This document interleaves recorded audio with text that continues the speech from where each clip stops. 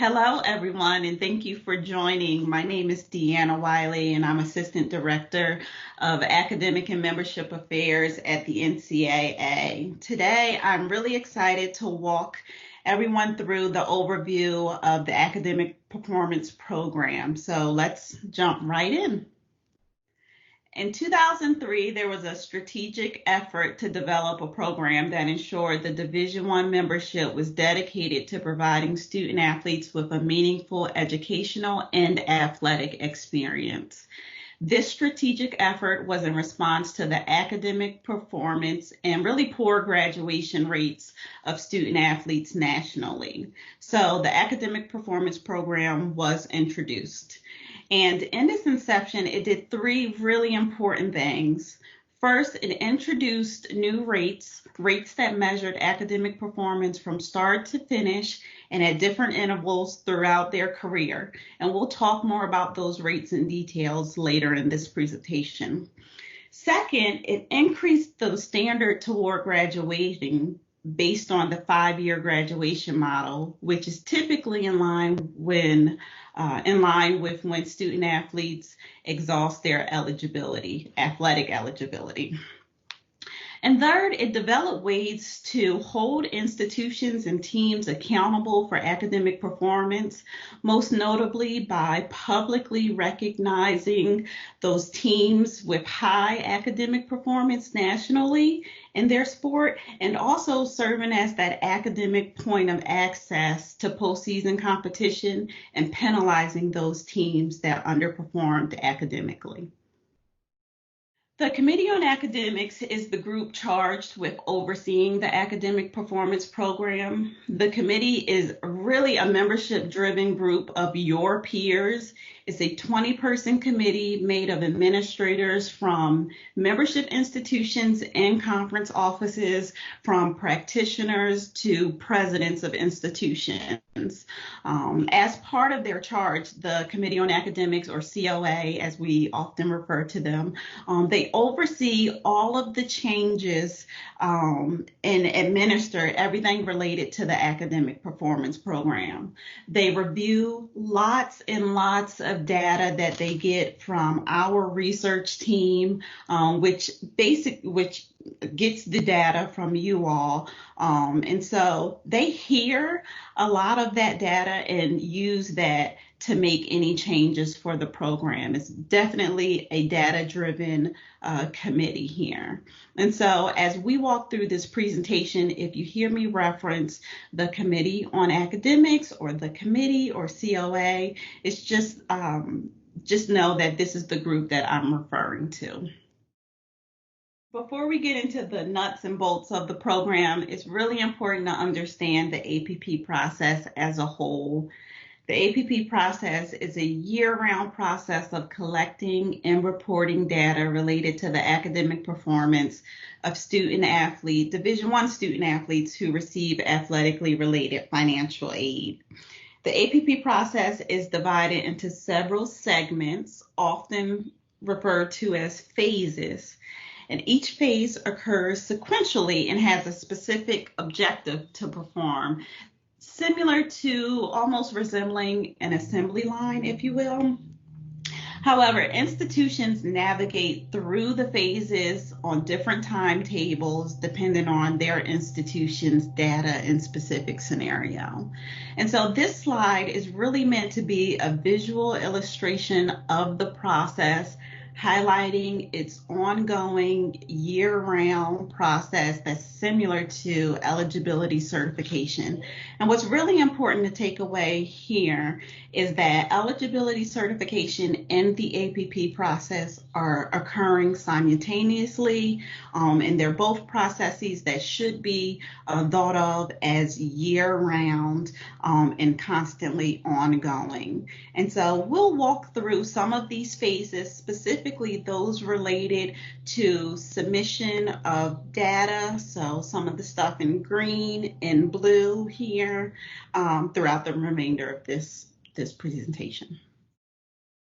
So as previously stated, when the APP or Academic Performance Program was launched, it introduced two new rates. the graduation success rate, and the academic progress rate. And these rates measured academic performance, but in different ways. So we'll go through each of these rates in detail, including the previously established federal graduation rate. And we'll also review the academic performance census, which isn't a rate, but plays a very important role in how all of these rates actually function. So prior to diving into each of the rates, I think it's really important to share an analogy that I often use to help differentiate how each of the rates function. In this analogy, we compare each of these rates to three components of a book: the cover, the pages or the chapters, and the words in the book. And so the cover of the book is just the start and the end of the book. It tells you how it begins, it tells you how it ends. It just covers that front and back piece. And that's really similar to how the federal graduation rate and the graduation success rate, or GSR, actually function. The pages or the chapters of the book really tell the story throughout in different segments. And so the pages or chapters really represent the academic progress rate, or the APR. And lastly, the words on each page really provides that information that helps tell the story and serves as the academic performance census, or APC, in this analogy. And so as we discuss each of these rates, keep in mind that analogy and the different components of the book, and hopefully that'll help you remember how they function. First up is the cover of the book. That's our GSR and our federal graduation rate. These two rates are coupled together because they measure academic performance in a similar way, with a few differences. First is the similarities. They both focus on student athlete status upon initial collegiate enrollment, and then their status 6 years later, and really focus on nothing in between. Additionally, they both are reported as 4-year rates, which means that there's 4 years worth of data included in that rate once it's calculated and publicly released. The federal graduation rate was established by the federal government. It measures all students and therefore all student athletes, even if they're non-sponsored NCAA sport. The guidelines and requirements were established by the federal government, so the NCAA has no control or ability to change any of the criteria here. Student athletes are included in the rate if they meet the cohort definition upon enrollment at the institution. And so upon enrollment, they must have been a first-time, full-time freshman who entered in the fall term and received athletically related financial aid during the first academic year, at any point during the first academic year.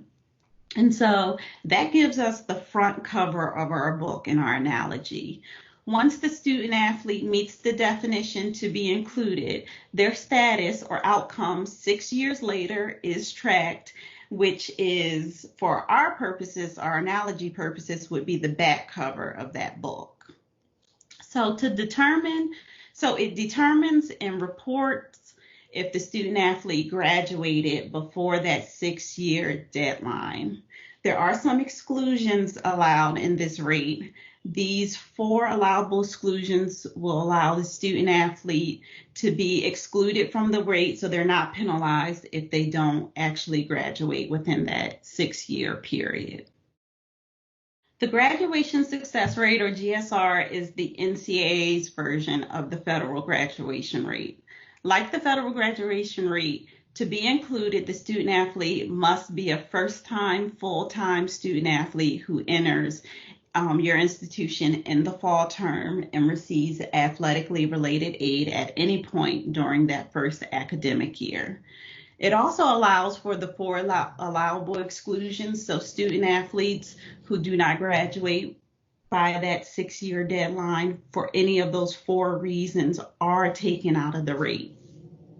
Where it differs from the federal graduation rate is that it also includes student athletes who transfer into your institution or enroll in your institution at the mid-year point, provided they receive athletically related aid upon starting at your institution.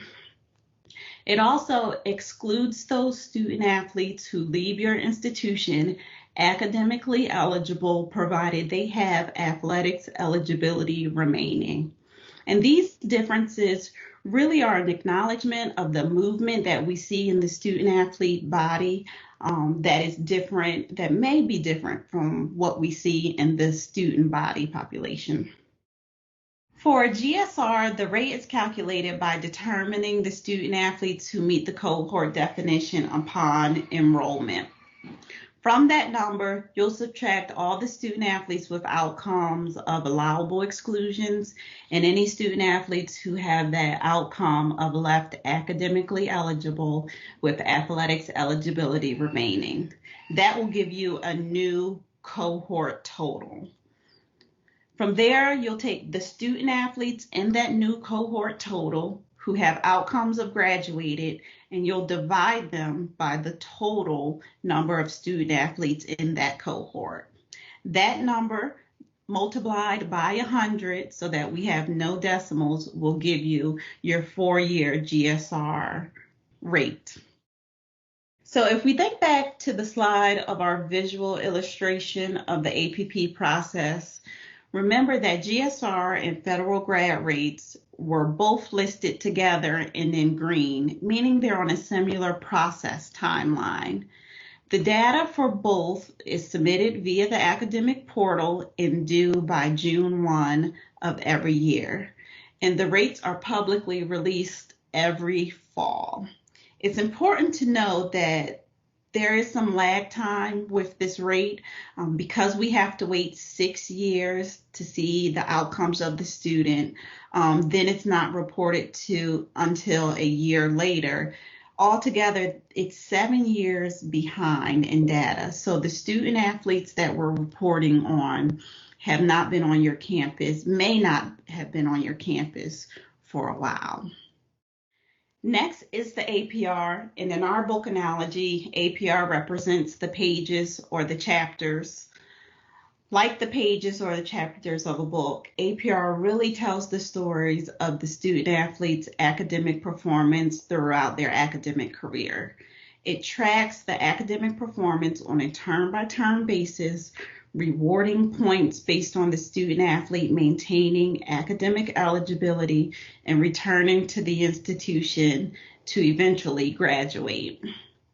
This makes it really considered a real-time rate, and because it's only reported a year behind, unlike the GSR, we look at it as a real-time rate. Also, APR is reported as a 4-year rate, and this 4-year rate is what's used to determine when teams are publicly recognized for being a top academically performing team nationally, and when they are penalized or subject to postseason ineligibility. For APR to be included in this rate, student athletes must have been enrolled as a full-time student as of the institution's census date or 5th week of classes, whichever comes earlier. And they must also receive any amount of athletically related financial aid from the institution. Because this is specific to term enrollment, that means student athletes could be included in one cohort 1 year, but not the next, or even in the cohort in one term of a specific academic year, but not another. Also, it's really important to note that GSR and APR are somewhat intertwined. Student athletes who meet the GSR cohort definition as a first-year or transfer student are included in the APR, but there are some instances where student athletes who are included in the APR are not included in GSR or federal graduation rates. In every term the student athlete meets the cohort definition to be included, they can earn up to 2 points. 1 point, the E point, is for eligibility or graduation, and it asks the question, was the student athlete academically eligible to compete in the next regular academic term? In other words, did the student athlete actually meet all applicable academic requirements at the end of that term? The other point, the R point, is for retention.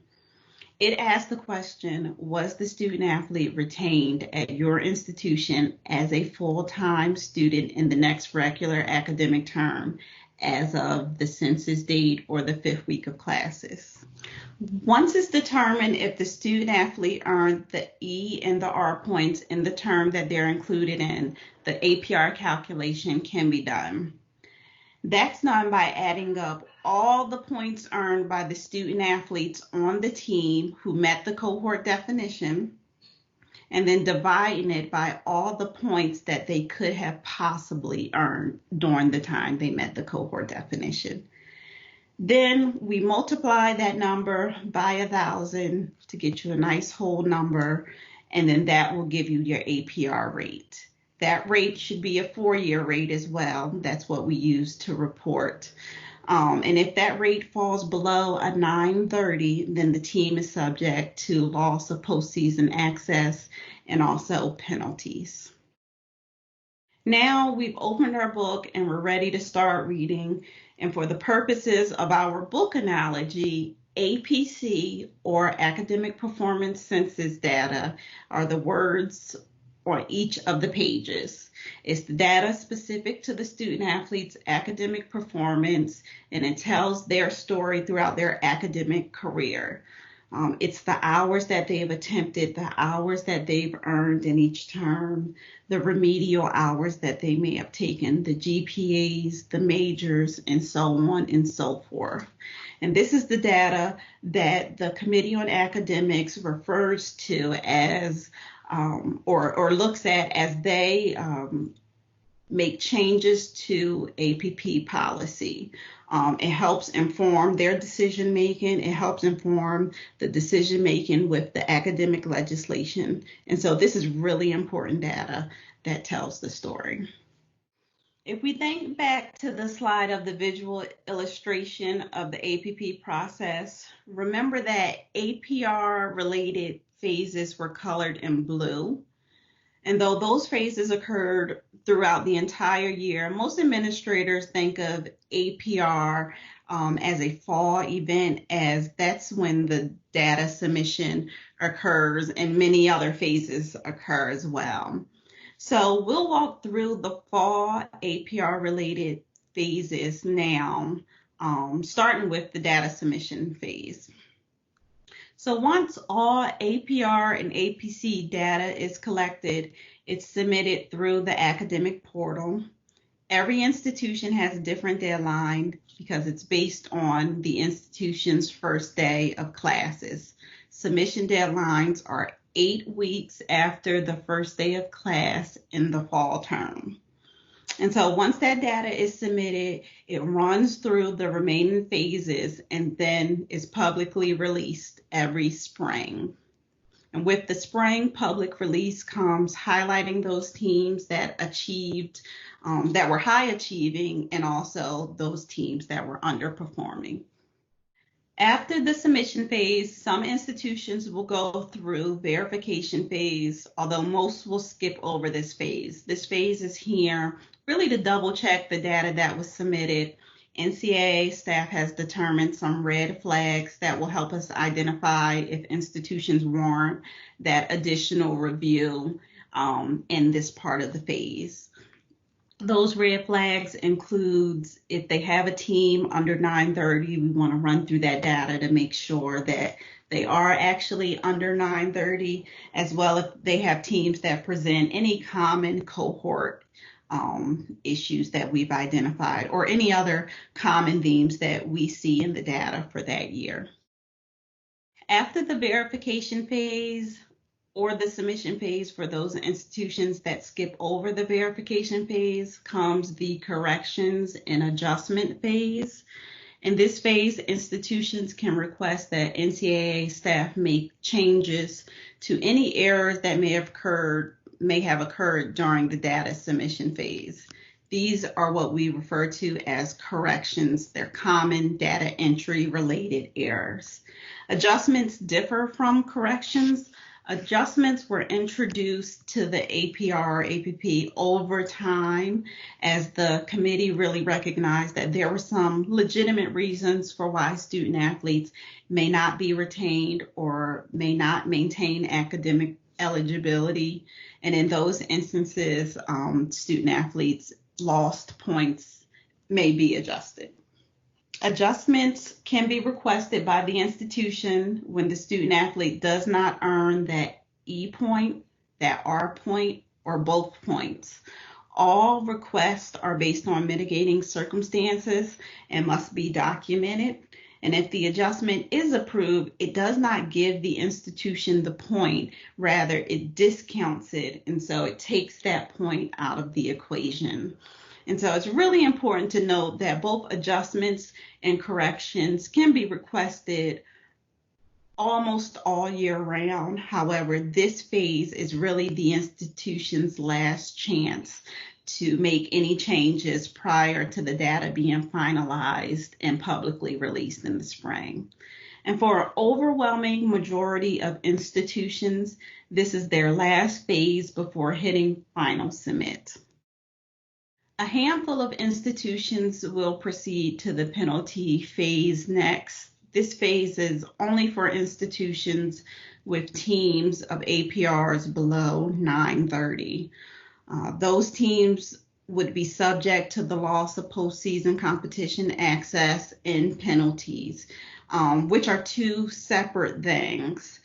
So that's important to know. But there are two levels of penalties, but for both loss of postseason and penalties, there is a waiver process available. In addition to the loss of postseason competition, there are two levels of penalties. Level 1 penalties consist of in-season restrictions.